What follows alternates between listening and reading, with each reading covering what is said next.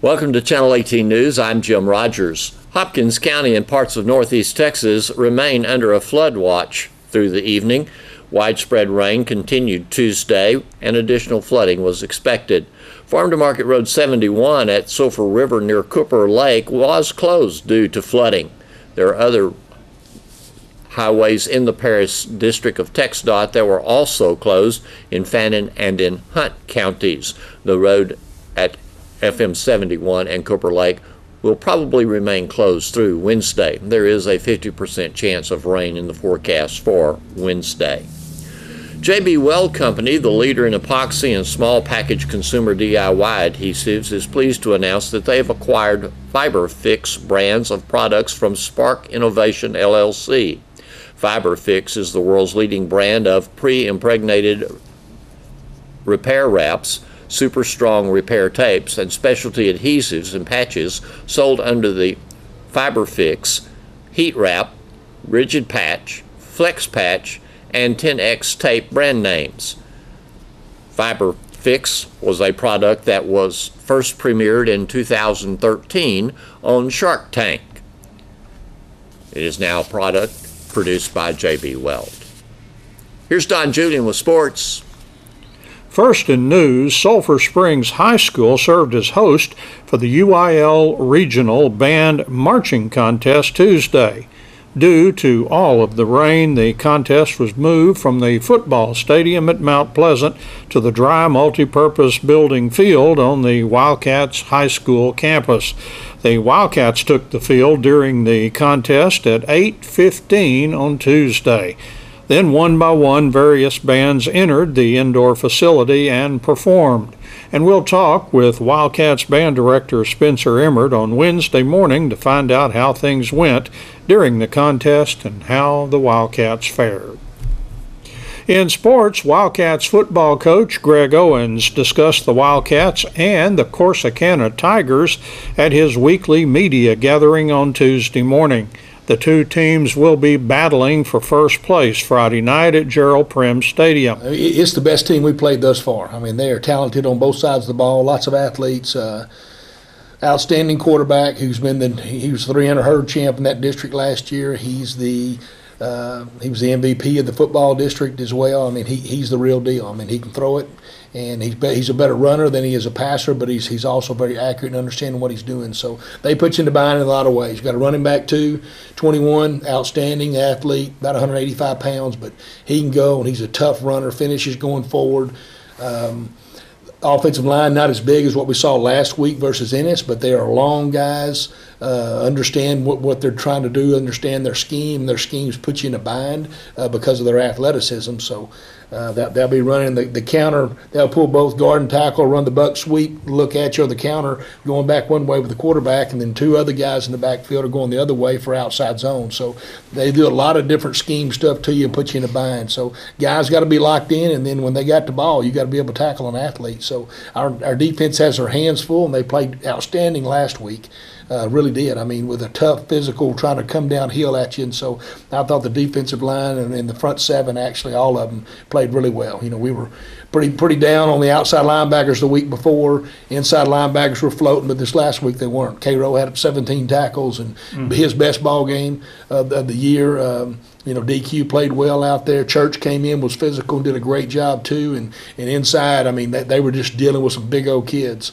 You know, Daniel Marino had a good day. Bryce McQueen had a good day. So those guys got to have it again. Then up front, we talked about on Saturday morning with you. I was just really impressed with our guys who was really outmatched defensive line wise, but just got scrappy and kept getting after it. So you got to have that kind of performance again. It's just a little bit different look, sort of right at you. It's more of some zone stuff going outside, but they will just line up and say, stop us. So there's a lot of stuff there, and we got to tackle well. And because with the athleticism they have, one little slip tackle, it's six. So hands full there. Then defensively, they don't do a lot of moving around up front, but again, I go back to athleticism.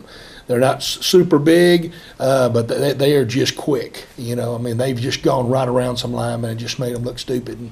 And so our guys have to be ready up front. So they'll do stuff with that, give us a couple of different looks. We'll basically call them an even front up front. And but at times they're in an odd. So I mean, they're multiple. I mean, whichever way you want to look at it. Come one day, I come in here and he's talking, all of it's talking about odd. Next time he's talking about even. So I mean, just whatever you want to call it doesn't matter. They can walk guys up, walk them back.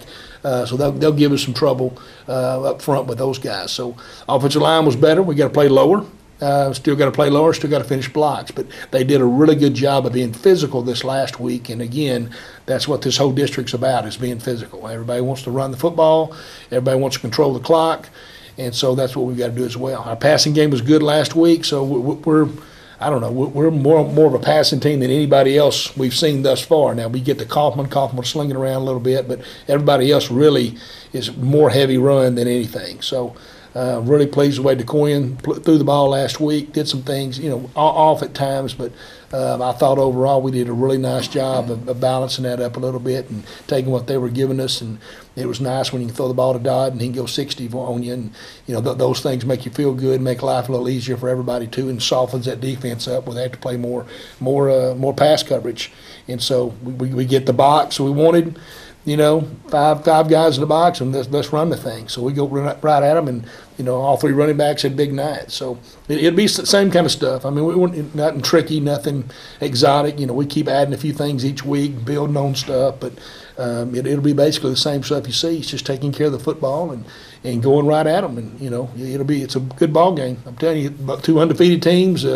Opportunity to be in first place. We're not talking about district championship and all that. We're really just talking about first place. So we still got a lot of ball to play. 4 games left, so there's a lot to still take place here. And I like where we are with our chances and with our record right now. I mean, you can't argue with that. So we're not digging ourselves out of the hole right now. We control our own destiny right now, and so we'll continue to do that and just hopefully play well this week and just deal with the weather, whatever comes our way, and make the most of it. We're all dealing with the same stuff. I was just beginning to kind of go through some of the clippings on Corsicana games. They seem to be very opportunistic. I noticed one of the early games had a pick 6, and then they, I think against Greenville, they picked up a fumble and ran it back 25 yards. So they take advantage of your mistakes. They're very athletic. Let me say that again. Most athletic team we've played so far. They do. They'll make you pay. So you can't, they don't necessarily force a lot of errors, but when they get the opportunity, they can make you pay for it. So a missed tackle, interception. I mean, those things, they are very good in the front and on the back on both sides of the ball with them, and they know what they're doing. And so we'll have to play. I'm not saying a perfect game, but we need to be flawless and not just give them a free opportunity. So we got to be smart with the football. Well, last time we played them, Coach Castles, I think Phil Castles went to Henderson. This Coach Hoffman is from Del Rio, where he was there 6 years. I think he's been 6 years in Corsicana.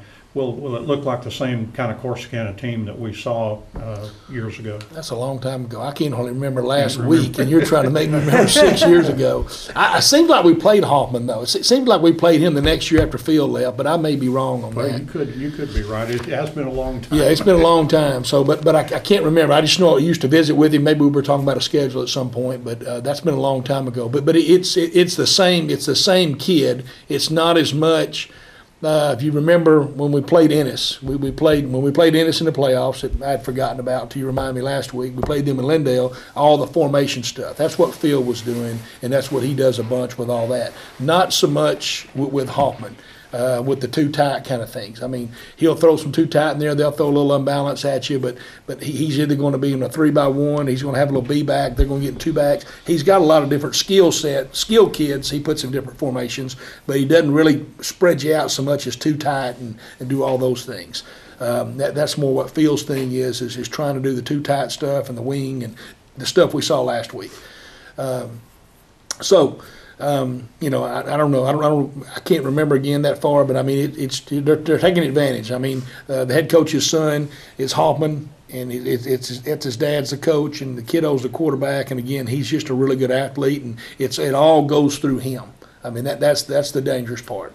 So he's going to run it. He's going to give it to 21. He's going to keep it. That's their deal. And they're going to make you stay honest enough they'll take some shots deep when they can. They've hit some long balls, and it'll be kind of all play action stuff. And then they'll throw the quick, fast screens and all that stuff like we do, like Ennis was attempting to do last week to get to the 6. They'll do some of that again just to get it to an athlete out there, try to make you be honest and try to stretch your outside linebackers to widen them to have a better running lane inside.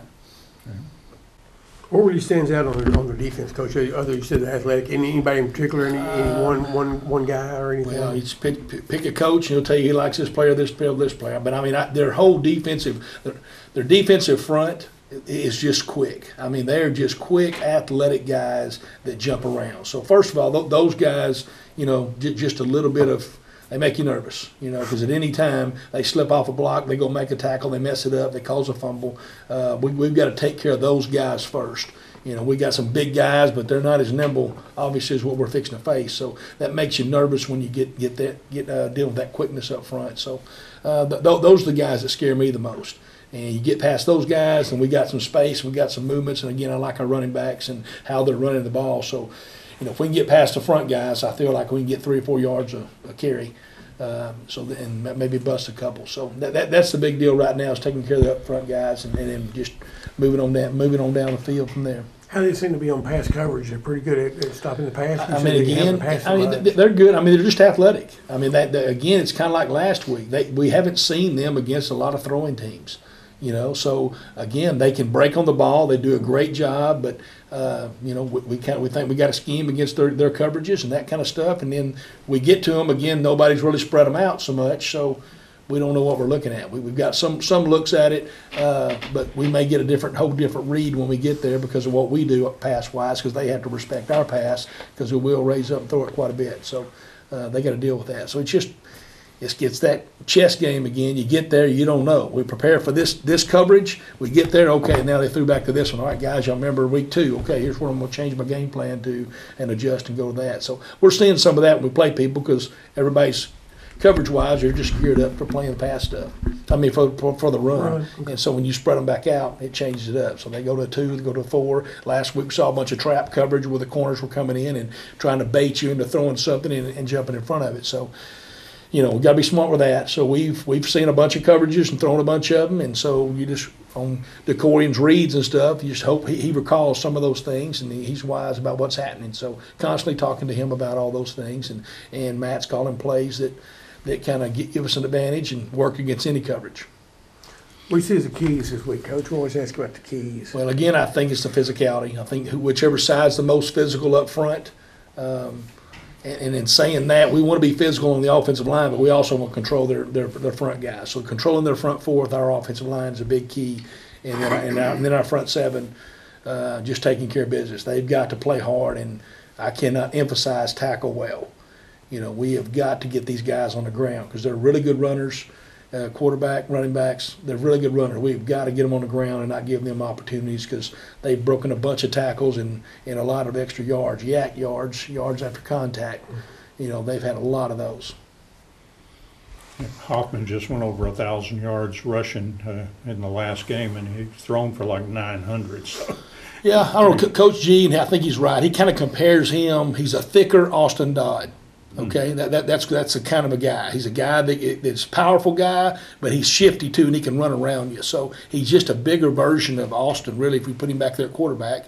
And that's kind of what we're looking at. So we know he's pretty nimble with his feet and get down sidelines and tiptoe through people, and at the same time can run through you if needed to. So that's kind of our comparison to what he looks like and in his athleticism. Does he go back to pass and then just kind of scramble out of there? Or some of that, most of his stuff is design run. Okay, it's an option read that they'll run. If this makes any sense to you, they'll have a 2 backs and him in the middle, and he'll come this way and they'll have a stretch read look, and then they'll pull the backside guard and tackle, and they'll go back over here and they'll run a quarterback counter with him. So he may read the end, and it's a full read deal, and he may give it this time. Next time he's going to pull it, and then he'll go back around this side. Now, he does have a lot of yardage too when they do drop back, and then he's busted some. I mean, I've seen 2 games where he's had 2 huge runs, just doing that, kind of like DeCorian does, breaks people's backs in 3rd and long, and you're going to play coverage, and so you just got to be smart with him. So, he is definitely a point of emphasis for us, and definitely one of our keys. They've always made a big deal out. I know when they were 4A, they said they had the second winningest record in Class 4A. I guess if you go there, you kind of develop, I kind of remember when we won state, we had kind of that attitude, years after, where we just kind of carried ourselves and everything. So that's something that, you're going up against, kind of one of those intangible things. Yeah, it's going back to Ennis. It goes back to tradition. Right. It goes back to those things. It goes back to expectations from your community, expectations from yourself. And, a lot of those kids, their dads and uncles and everybody else played for them. I mean, the expectations for them to do the same thing, those things are real. I mean, they're there, and expectations, those kids play like it. They play hard and they play fast. So they are playing on a mission, and they're having a great year. So when you're having a great year, there's a little bit more that's on the line, and you're trying a little bit harder in some situations. So, but they're getting after it, and there's some tradition there, and they do play like they're expecting to play well and win a lot of ball games. Are you more popular in the community now? Everybody patting you on the back? And I still don't go out. Don't go out. That's one of my messages to the players of the day. Don't start reading the press. Don't start listening to you guys. Who cares? The cheese, that's what. Yeah, feed the cheese, all that kind of stuff. So my job is to pop their little bubbles and bring them back down to reality. So I think I told them good job, and then I told them you're terrible. All right, that did make it work. Thanks for watching Channel 18 News. Have a great evening.